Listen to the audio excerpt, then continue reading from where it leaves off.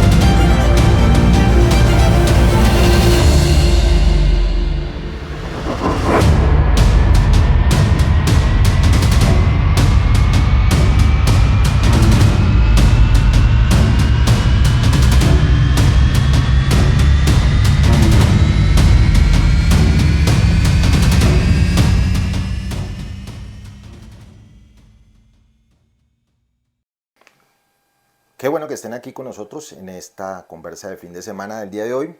Vamos a arrancar con el primer tema, como ustedes ya veían en la cortinilla, eh, la guerra de la información. Es una especie de continuación de muchas de las conversas que hemos compartido con ustedes en los últimos años que lleva esta conversa, sobre todo estos 2 últimos años en redes sociales.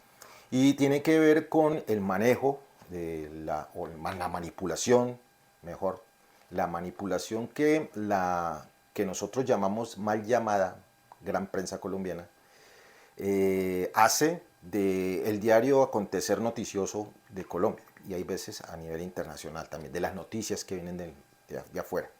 Pero vamos a centrar esta primera parte de la videocolumna en la manipulación que hacen de la información y de cómo nos manipulan, cómo nos incitan a creer de manera sesgada la información que se nos brindan a través de los medios tradicionales de comunicación y también a través de estos medios, es decir, a través de las redes sociales. El caso que nos concita esta reflexión, esta nueva reflexión, esta reiteración de reflexiones respecto a la comunicación, tiene que ver con la última encuesta de la firma Inbamer, una firma consultora de análisis de datos, pagada por la ANDI. La ANDI es la Asociación Nacional de Industriales, una agremiación que recoge a los representantes de las industrias de Colombia, es decir, de las grandes industrias de Colombia. Está en cabeza el señor Bruce McMaster.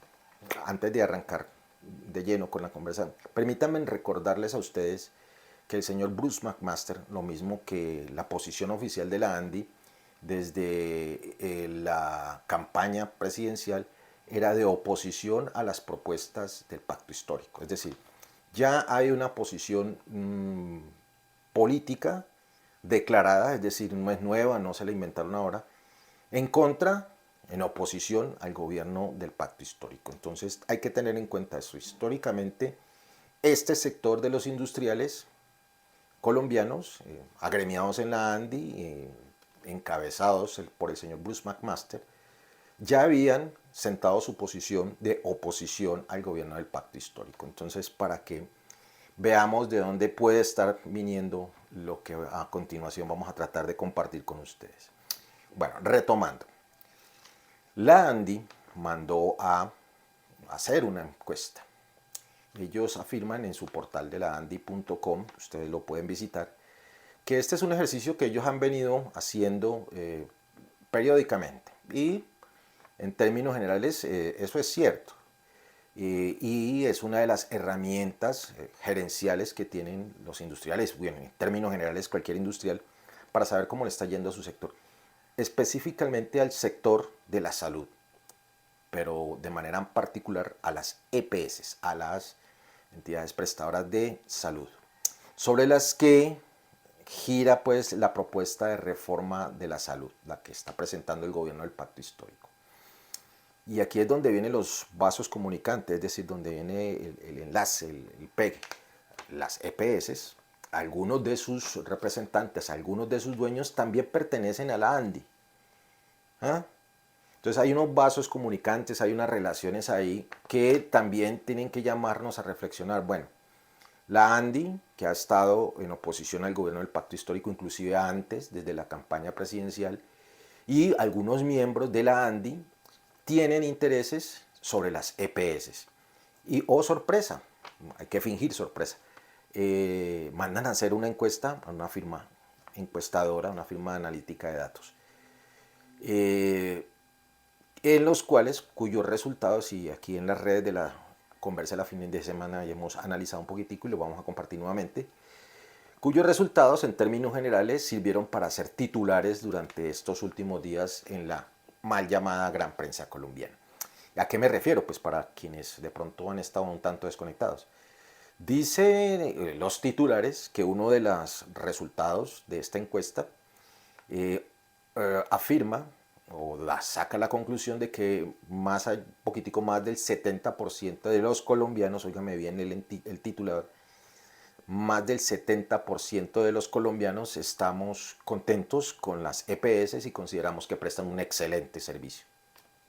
Finjan sorpresa, por favor. Obviamente las dudas, las críticas, el rechazo, los aplausos también hay que decirlo, a estos resultados pues no se hicieron esperar, inclusive el mismo día, al mismo instante que fueron publicados los resultados de esta encuesta.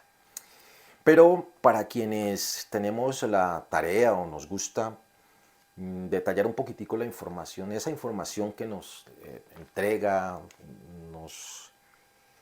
con la que nos bombardea la llamada gran prensa colombiana, hemos tenido la oportunidad de detallarla con un poquitico de suspicacia.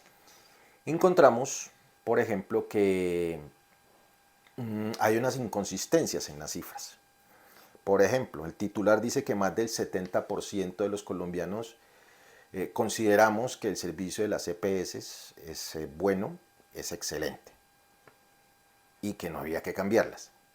Pero al analizar otras preguntas de esa misma encuesta nos encontramos con que el 66% de esos mismos encuestados califican entre regular y muy mal el servicio de las EPS. He aquí una gran inconsistencia. Entonces se pregunta el ciudadano desprevenido, como ustedes o como yo.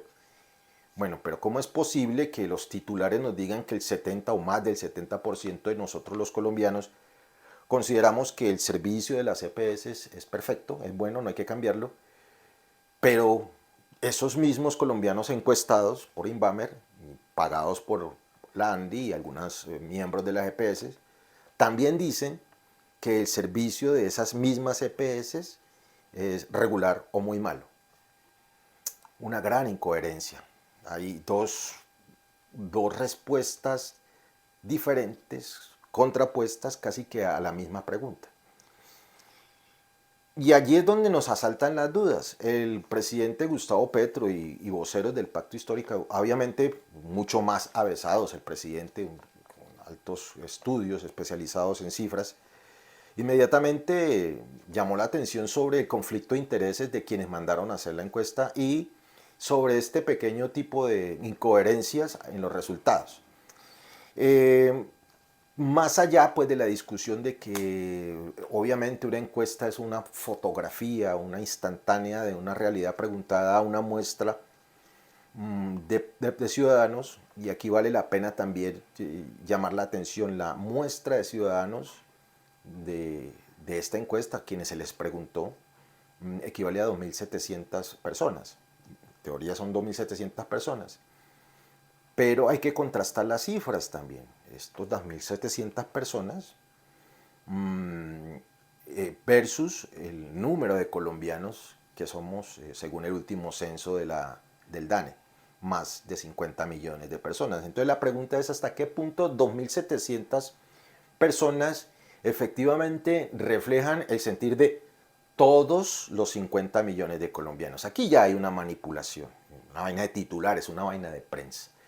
Y lo otro es que a quienes les preguntaron, es decir, cuál fue ese pequeño universo de esa muestra. Es decir, si usted le pregunta a una persona de las grandes ciudades, y es más, dentro de los mismos estudios que ha hecho la misma ANDI y las EPS, las personas de las grandes ciudades, Bogotá, la capital de Colombia, Cali, Barranquilla, Medellín, capitales de departamento, centros urbanos, con acceso a transporte, etcétera, etcétera, obviamente califican mejor que, por ejemplo, quienes estamos en la periferia, en los municipios pequeños o incluso en la ruralidad.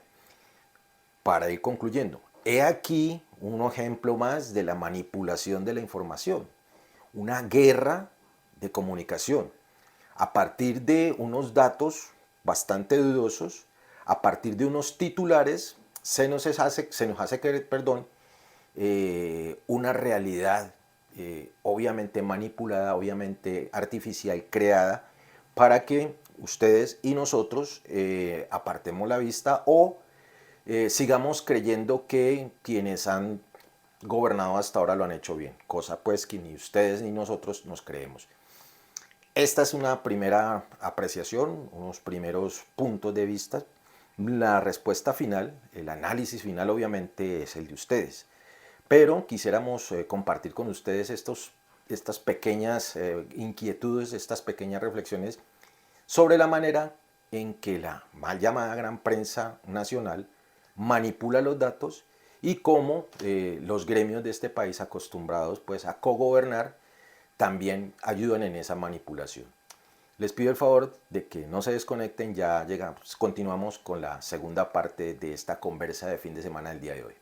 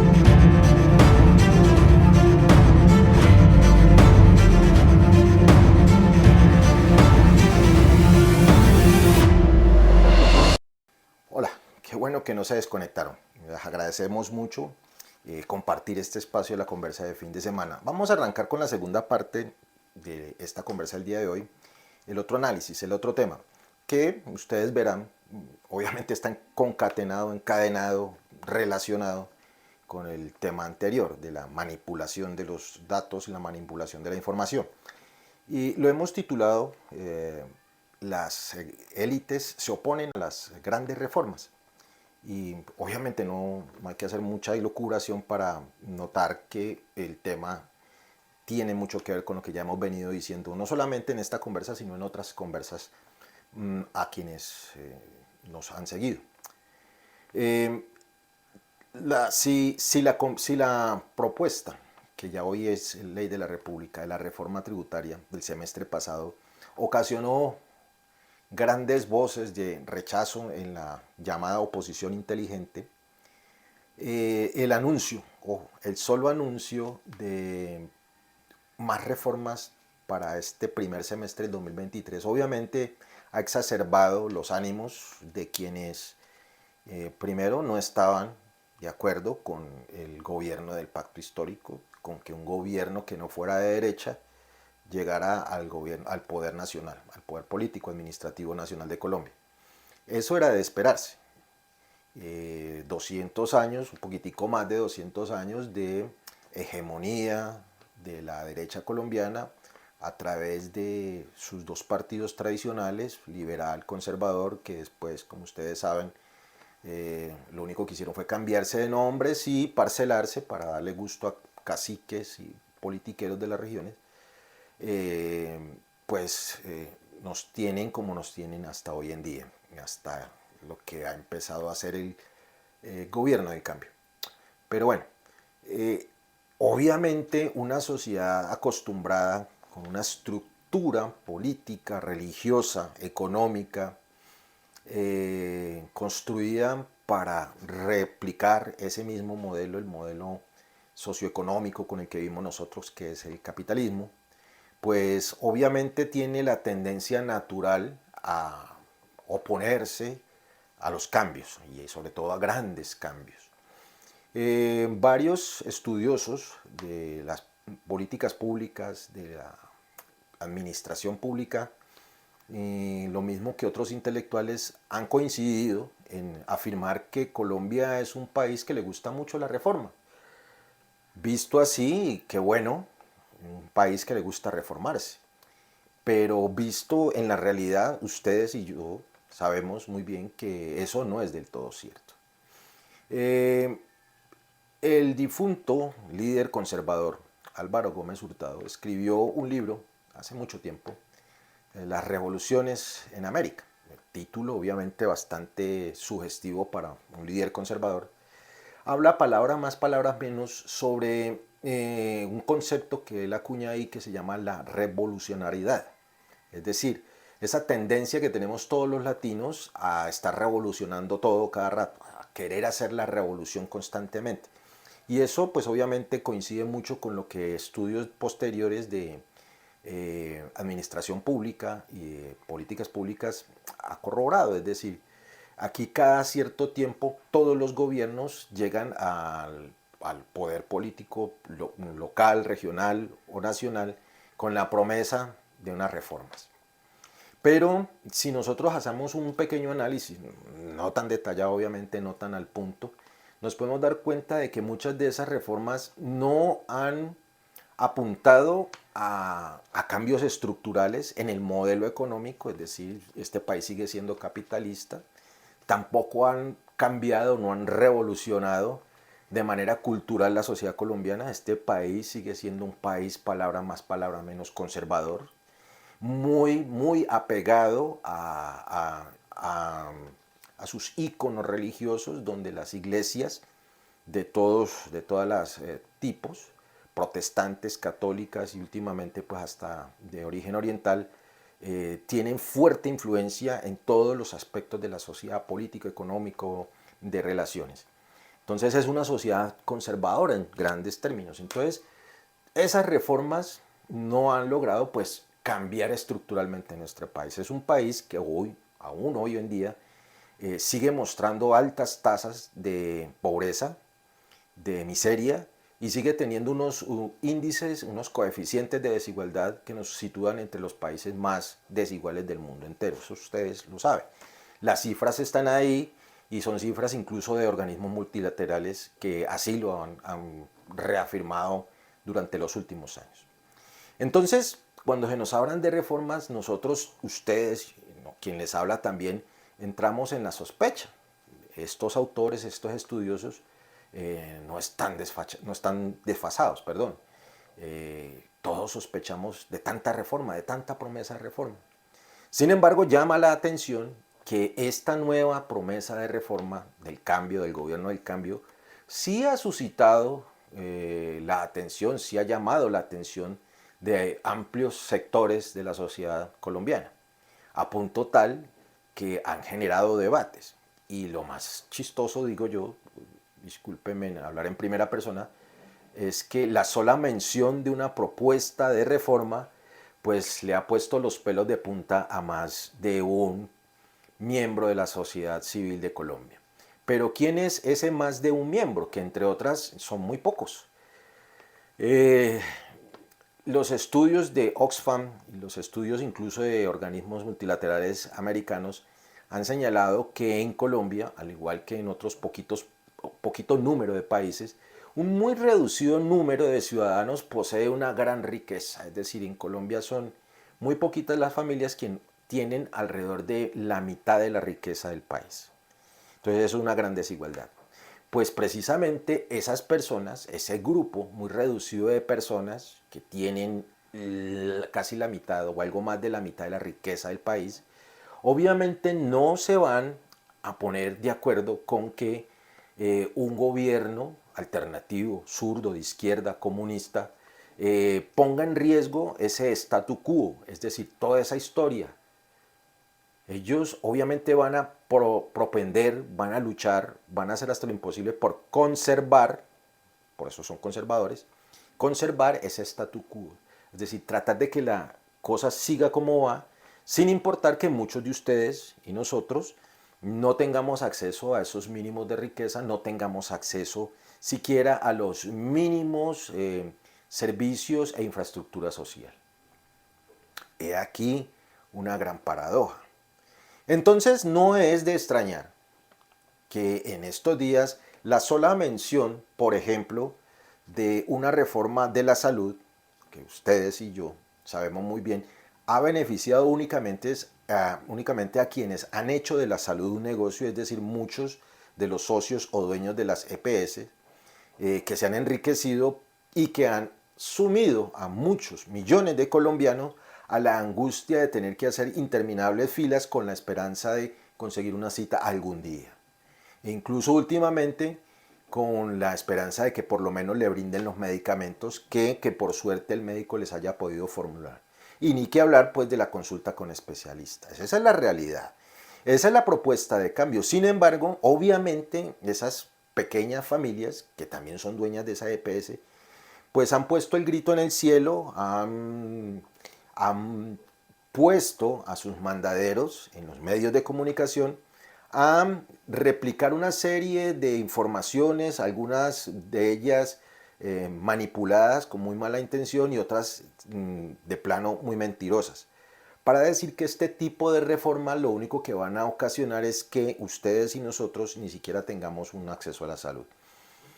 Obviamente era obvio esperar, permítame la reiteración de palabras, el juego de palabras reiterativas, que los dueños del poder, los dueños de los medios, los dueños de las EPS, los dueños de las industrias, se opusieran a estos cambios.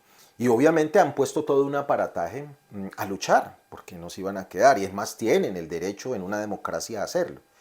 Y entonces hay una clase política, la derecha colombiana e incluso algunos sectores del llamado centro, junto con la mal llamada gran prensa colombiana, que se han puesto en fila para oponerse por sí nomás, sin explicación siquiera, sin atisbo de análisis, siquiera sin conocer los proyectos, a decir que no al cambio. Pero, para resumir y concluir, quienes realmente se oponen a los cambios no son los señores de Caracol, no son los señores de Blue, no son los señores de RCN, no son ni siquiera los de la clase política. Son quienes están atrás de estos actores sociales. ¿Y quienes están atrás de estos actores sociales? Los miembros de la llamada élite colombiana, es decir, ese escaso número de familias que poseen más de la mitad de la riqueza de todo el país. Nuevamente les reitero, este es un análisis, unas reflexiones, unas aproximaciones que quisiéramos compartir con ustedes para que finalmente ustedes allá, contrastando con otras informaciones, saquen sus propias conclusiones. Les agradezco la atención. Qué bueno que no se han ido. Vamos a despedir esta conversa del día de hoy. Agradecerles, nunca nos vamos a cansar de agradecerles por estar aquí, acompañarnos todavía y por hacer parte de esta gran familia de la conversa de fin de semana. No se olviden de seguirse suscribiendo a nuestro canal de YouTube, le dan clic en el botón de suscripción, también le dan clic en la campanita para que les avise cada que subamos un material audiovisual de la conversa de fin de semana. Síganle dando manita arriba, me gusta a nuestro fanpage en Facebook, la conversa fin de semana. Ya pronto estaremos mirando cómo nos podemos meter en el cuento de las estrellas para que ustedes nos regalen estrellas. Vamos, estamos trabajando en eso. En la conversa también en LinkedIn, también estamos creciendo constantemente los contactos, pero sobre todo los seguidores. Y también en nuestras otras redes sociales, en Twitter, arroba la conversa fin de uno, como les decía, ya estamos en Instagram, estamos recién estrenando llegada a Instagram, también nos pueden encontrar como la conversa fin de semana. Nuestro blog, laconversafindessemana.blogspot.com, y el material de audio lo pueden encontrar también en los portales de podcast, el Spotify, Anchor.fm y Google Podcast. No se olviden que pueden seguir colaborándole a la conversa de fin de semana para que podamos seguir saliendo al aire, independientes sobre todo, de dos maneras. Una, a través de nuestra campaña Una Vaca por la Conversa, que sigue este año. Ustedes ya más o menos saben cómo es, sin embargo en las redes estamos cada rato contándoles cómo lo hacen. Buscan La Vaca de la Conversa y allí en Baki.com, de manera muy intuitiva, allá hay la forma de que puedan colaborar haciendo su aporte económico para que nos podamos mantener independientes. La otra opción es la de que puedan pautar en la conversa de fin de semana. Como les decía al principio, ya estamos creciendo, es una familia muy grande, más de 7,000 amigos y seguidores, creciendo todos los días. Ya los amigos de Mincal Natural y los amigos de Cannabis Dorada, cervecería, ya avisaron que este año nos van a acompañar en la conversa. Entonces ustedes también, su emprendimiento, su empresa, puede hacer parte de este proyecto comunicativo de la conversa de fin de semana. Muy fácil. En los teléfonos, en el WhatsApp, el 311-322-7651, repito, 322-7651 y en nuestro correo, el de la conversa fin de semana @gmail.com. Nos ponemos de acuerdo, conversamos para ver cómo ustedes también hacen parte de este proyecto comunicativo. De aquí a 8 días, y ya con esto voy terminando, de aquí a 8 días los invitamos a una emisión especial de La Conversa. De aquí a 8 días La Conversa no va a ser La Conversa. Hemos cedido nuestro espacio, nuestras redes a la gente de nuestra memoria colectiva, quienes, junto con quien les habla, vamos a hacer un evento homenaje en la memoria de Gonzalo Díaz Gaviria, un líder social, sindical y político de Antioquia y a nivel nacional. Los trabajadores de Telecom lo conocen muy bien, la gente de Antioquia lo conoce muy bien, quien desafortunadamente ya hace 2 años pues, se nos adelantó en el camino de retorno a la madre tierra. De aquí a 8 días estaremos haciéndole un homenaje muy sentido desde el punto de vista de su legado político y social. Entonces los invitamos, durante esta semana vamos a estarlo invitando, para que de aquí a 8 días no se pierdan este evento del legado de Gonzalo Díaz Gaviria a 2 años de su primer viaje. Entonces, por favor, no se lo pierdan, los invitamos, va a estar muy bueno y sobre todo va a ser muy aleccionador y nos va a dejar entender mucha de la realidad que estamos pasando en estos días. De mi parte no es nada más, por favor, cuídense, cuiden a los suyos, no traguen entero, lean despacio, oigan con cuidado, vuelvan a leer, vuelvan a oír. Cuídense mucho, nos vemos de aquí a 8 días con el homenaje a Gonzalo Díaz Gaviria. Muy amables.